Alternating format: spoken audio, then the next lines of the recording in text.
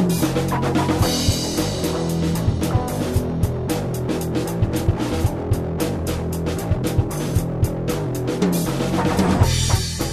to The Walking Dead, the officially unofficial podcast for The Walking Dead on AMC. I'm Jim. And I'm Aaron. And we just got done watching Season 6, Episode 3, entitled Thank You. No thank you. I'm not having a good night. No thank you, Nicholas. Not a good night at all. My neighbor just started blasting his music. Yep. So I don't know if you can hear that. Our server's having some trouble. And they killed Glenn. I don't give a shit about the other people they killed. There were 4 or 5 of them. I don't know. They might have names. But they killed Glenn. There were a lot of them. There were like, how many? 10 people died this episode, if you include the wolves? Yeah. A lot of people died. Is that the mark of a good episode? No. No? No? To me, it's like, but Glenn's death felt strangely anticlimactic to me. Yeah, like he shouldn't have died that way. Yeah. Like, I mean, Glenn's been around since the beginning. I don't know if you can just kill a season 1 OG with some, I mean, he didn't get to write Maggie a note. He didn't get to say anybody to laugh. I mean, no one even knows it. Like, yeah. And the circumstances under which he died, I'm not sure anyone will ever no one will recover his body or know for sure that he died. Not unless they decide we need to go back and see if Glenn's okay. But I mean, even then, he said like, the signal that I'm okay would be the fire, the smoke. With the number of people the number of zombies that were on him eating him, like there won't be a scrap left. No, maybe they'll identify him by his gun and his nifty little holster. I thought by his pocket watch, maybe. So before the episode aired, there was a rumor going around that Glenn was going to die in this episode. Mission accomplished. Rumor accomplished. And when I saw it happening, I'm like, oh, well, what had happened was Nicholas had fallen on top of Glenn, and the way they staged it, they were pulling at his guts and blood, and Glenn was just losing his mind because of the situation, but he's going to be okay, and then somehow Rick was going to pull into the RV and save him in the nick of time. And I'm still not sure. It didn't happen, and it can't happen. It's the way. It doesn't matter how they shot that. The sheer number of walkers around him means he's dead. I mean, there's no way to get to him. So, like, there's precedent for just hiding under a corpse. And do you think if they're, like, eating this thing on top of Glenn... I'm just saying it's a damned peculiar way to stage the death and to treat a death of a Season 1 character like that. Now... You're right, it is. The contra of this is what is the fan base going to do if you pull a bait and switch of this magnitude? Like... 4 or 5 episodes goes by at the end of the season, and you find out that Glenn is not in fact dead. I'm gonna call bullshit. I have to call bullshit. I feel like people lose their minds. Yeah, but I don't know. Like, there's also people who be super super happy about getting Glenn back. So it's like one of those things where it's like, how mad would you actually be? But I don't know. I mean, having I don't know, Maggie not having any closure on this. It didn't sit with me very well, and it didn't feel. I'm with you. Yeah, but it felt also kind of empty and hollow because the whole time I'm like, "There's just no way this can happen. There's no way you can go out like this." You're in denial while it's actually Nicholas happening. Blows his brains out, and then Glenn inexplicably gives him a full-bodied hug. That then to try to keep his lifeless body from falling in. I don't know, and I've only seen it the one time, so I don't know whether that was Glenn trying to keep his body from going in there. I don't know, but it just felt like a crappy way to go out. And as you pointed out in the live watch, it's extra brutal that they're doing this. And it's if Glenn hadn't saved Nicholas, he'd still maybe be alive. Yeah. And I think that's the thing they're trying to point out here, right? Like them trying too hard to save these people and to kind of get them out of their own way is causing a lot of casualties for them as well. Yeah. Yeah, so, I mean, I think that's the message they were going after for this whole freaking episode. You know, but yeah, I mean, so if Glenn's dead, like I think he is, then I feel like that his death is kind of strangely hollow. Yeah, and not very affecting to me. If this is a fake out, then it feels like that I'm going to be outraged because of a blatant fake out like that. Yeah, I don't think it was good. Like, I don't know.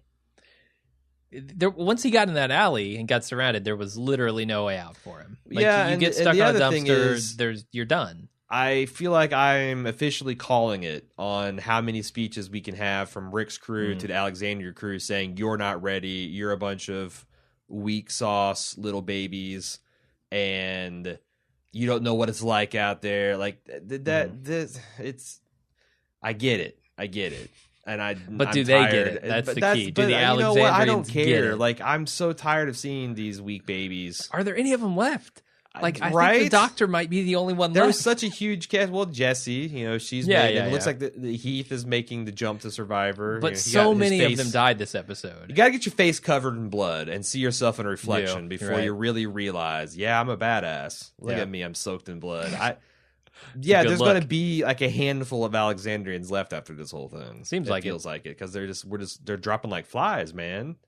And then, and shit hasn't even really broken bad yet. That Sturgis asshole that managed to, against Rick's express orders, shoot his gun ineffectively, shot one of his own dudes in the leg, and then got himself eaten anyway. It's just and drew in the herd closer. Do they all have to be this pathetic and stupid? I guess so. I don't know. I don't know either. But that's the other thing is Heath seems like a smart guy. Yeah. But when he starts railing about how many missions he's been on, how many runs of but were you with these other dudes? Because I've seen their runs. It's a shit show. Yeah. I mean, same with Aaron, right? Like I believe that those guys can handle themselves a little bit in the outside world here, but they haven't been through half the shit. Yeah. Notably, they haven't had to deal with any actual people violence. Yeah, and so even though, yes, this conversation is happening again, and maybe we don't need this conversation to happen every episode, Michonne rightfully points out that the shit you've seen is nothing like the shit we've seen. Yeah, plus... So don't even. Yeah. Plus, there's this theme of, roosters coming home, or chickens coming home to roost. Roosters coming home to chick. Roosters also coming home, yeah. The roosters coming home to roost. I do believe that Morgan's gun almost killed Rick. And in fact, by the time Rick took care of business, he might have attracted so many zombies that he's going to have a hard time getting away. Now, you don't seriously think Rick can die, I don't seriously think. And the way they staged that, his exit is completely clear. He could just take off and sprint. This man has got cardio down. Yes, absolutely. He showed us that this episode. Rick Grimes can fucking run. He's like Jason Bourne type of running at this point. With a freaking saw on his back or something. Yeah, so I don't think he's in immediate danger. No. But Morgan's nonviolent posture almost killed Rick. And so clearly they're trying to tell us, look, if you're not hard enough for this world, you're going to get everybody killed, right? Yeah, and I'm just shocked that Glenn went out like this because he's still alive in the comic storyline, and of all the Kirkman remixes, I thought that some of the these guys have been around from the beginning. They'd kind of be safe from being fucked with. Like Daryl's kind of wild cards because he's not in the comics. Yeah. So I never knew what to do with him. But these people have been around from the beginning. I'm like, okay, well, they'll never be remixed. So Glenn dying is a pretty monumental remix, which is another reason why I wasn't really ready for it. So I was a little confused on the geography of everything and the timing of everything. So I'm pretty sure, but I think that's because of our live watch. I think it's because we're cracking jokes at the beginning where they're saying, "Oh, you go here and do this, and we'll go here and do that at this time." And I think that they give themselves enough rope to hang themselves because we absolutely know that there's 45 minutes to happen roughly between, Carol sliding the casserole in the oven and the attack being over. And we also know spatially that we're no more than 20 miles outside of town because that's the end of the mission. We know that Daryl's got a motorcycle and he's riding it pretty fast. Yeah. So that seems to be a bit of a time warp there that why did Daryl abandon his post and decide not to? There's a lot of fine points in the episode, but I bet after we watch this a couple times, we'll come to the conclusion that the space-time continuum is once again warped by The Walking Dead. Maybe so. I'm just not comfortable saying that yet because I totally didn't pay enough attention. I'm just saying that you got a 20-minute circle or 20-mile circle around a town, which is essentially a 20-minute if you're Daryl on your motorcycle. Yeah. And you give a 45-minute like from the time the horn starts to the time the battle's over, and some of the stuff just doesn't seem like it adds up. But I don't know. We'll see. Had some good action, I thought. A lot of good people getting killed, Alexandrians getting eaten. For dumb reasons, yeah, but... Can we talk about how big of an asshole that Heath and Michonne were? They watched...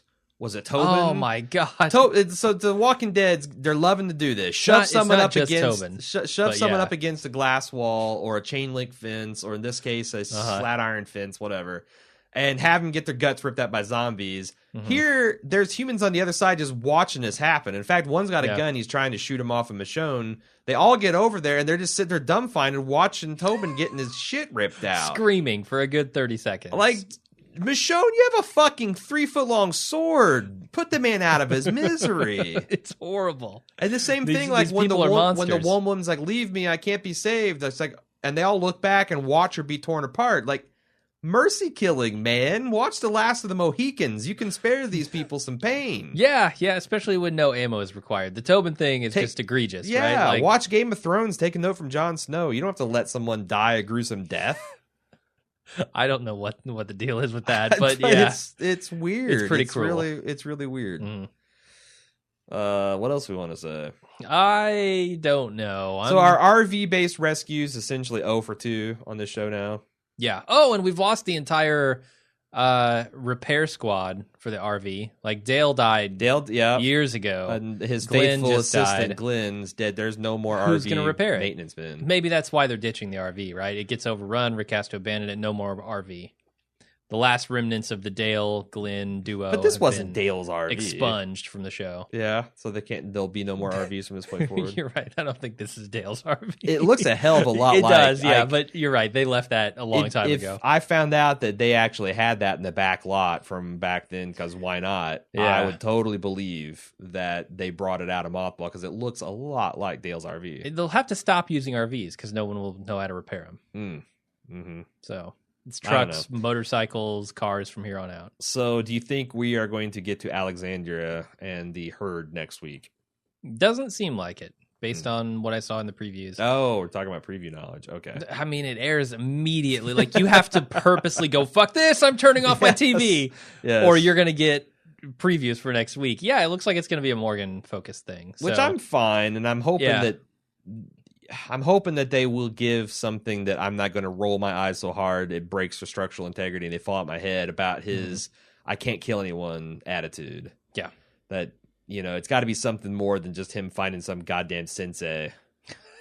Master Miyagi. Like, seems like he's Mr. Miyagiing up on the beach. But that's what I'm saying. Is like, it's got to be a little bit more than some dude with this particular... I don't know. I'm trying to think of what it is, and I should probably just let it wash over me. But I try not to think about it too hard. We'll see what they come up with. Sure. I'm not sure totally how I feel about this episode yet. I was looking forward to a big Walker herd. We jinxed him. We said, how can they through? And I feel like this episode is a marked step down in just the tension, even though it killed Glenn. Like, that's ridiculous to say. And out of nowhere, episode 3, Glenn dies. Like, the death felt hollow. I didn't really understand the stakes. They were talking about how they had to stop here just to patch this guy up, but then they decided not to. And then Michonne's talking a mess about there's 2 zombies to try it now, but they've still got to go. Like, the stakes felt very manufactured. Where they had the perfect bait, right? They had this guy who was dead anyway, sure. Tobin, who had been bit. Yeah. Let him walk out there, let him draw them off, and then the rest of you can escape. Apparently, he's not nearly as altruistic as the other 2 people. No. They were volunteering, like, look, my ankle sprained. Right. Just leave me. Right. Just fucking leave. I'm done. Yeah. So, yeah, And as you pointed out, this pace that they had to set was not exactly the long walk. No. I mean, you don't have to be that fast to outrun a zombie herd. Yeah. So, I don't... that's the thing. Like, so far this season, I felt like that they haven't really had to manufacture any stupid stakes. And they had a bunch of crazy time jumps that were pasting over a bunch of potential plot holes on the other. But this... all they're naked and laid bare, and Glenn ended up dying because of the machinations. And it's unfortunate. I'm not happy about that, but I'm less happy about the potential of him not being dead. So which is that's just something I'm making up. There's no way you're right. He's totally dead. It's just a weird way to stage it. A season 1 guy, you just have his guts be pulled out, and it fades to Bear McCreary music, and then you just he got the same death Rick's horse did in season 1. I was thinking of that exact shot with the crane pulling away from the shot. Yeah, what'd been super ironic is to put Glenn's voiceover from that episode. Hey, asshole in the tank. You're a bunch of big dumbass. Got yourself stuck in the tank. Stuck on a dumpster. Yeah, have Rick on the CV. Hey, dumbass, you trusted Dickless. Told you shouldn't. Tried to tell you leave these weak babies behind, but you wouldn't. Choke on it. I smell a skit coming on.